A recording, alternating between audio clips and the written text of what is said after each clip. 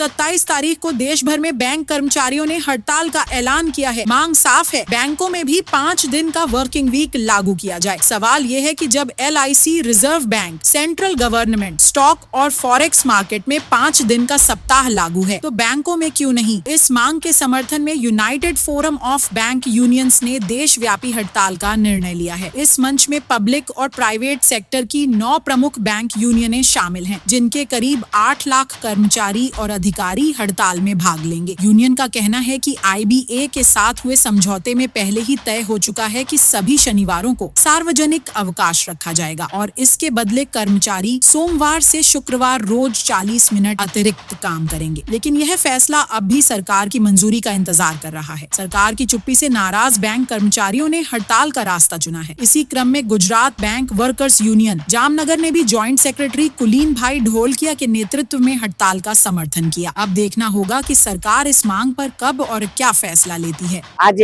सर्वे nationalise bank कर्मचारीओ पटावाड़ा અને officer કક્ષાના કર્મચારીઓ ફ્રાઈડે બેન્કિંગની ડિમાન્ડ માટે થઈને હડતાલ રાખે છે। અમારા ફ્રાઈડે બેન્કિંગમાં સરકાર છે એ એગ્રી થઈ હતી કે ફેબ્રુઆરી 23માં આ માટે સમજૂતી થયેલ હતી, પણ હજી સમજૂતીનો અમલ કરાયો નથી। RBI માં ફ્રાઈડે બેન્કિંગ, LIC માં ફ્રાઈડે બેન્કિંગ, GIC માં ફ્રાઈડે બેન્કિંગ, ફોરેક્સ માં ફ્રાઈડે બેન્કિંગ, તો બેંકના કર્મચારીને શા માટે ફ્રાઈડે બેન્કિંગની? અમે તો આ ફ્રાઈડે બેન્કિંગ માગીને દરરોજની 40 મિનિટ વધુ કામ કરી અને સમય પૂરું કરવાના છીએ।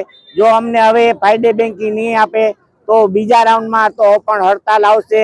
અને આ સરકાર ધ્યાન રાખે કે જબ જબ મજદૂર બોલા હે રાજ સિંહાસન ડોલા હે।